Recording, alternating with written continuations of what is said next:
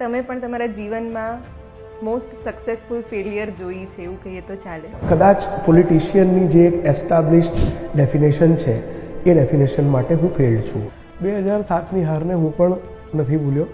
જીતનો ઉન્માદ અલગ હોય છે, હારનો વિષાદ અલગ હોય છે.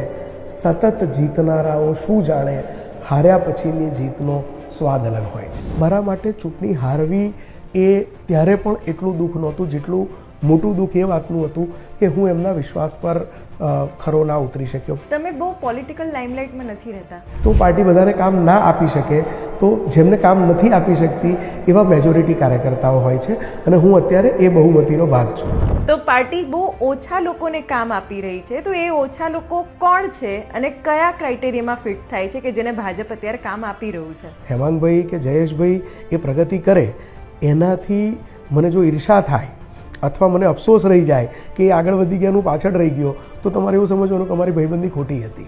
પાર્ટી છે, આટલો મોટો પરિવાર છે, દરેક વ્યક્તિને દરેકની અનુકૂળતા, ક્ષમતા, પર્સનલ લાઇક ડિસલાઇક આ બધાના આધારે નિર્ણયો લેવાતા હોય છે.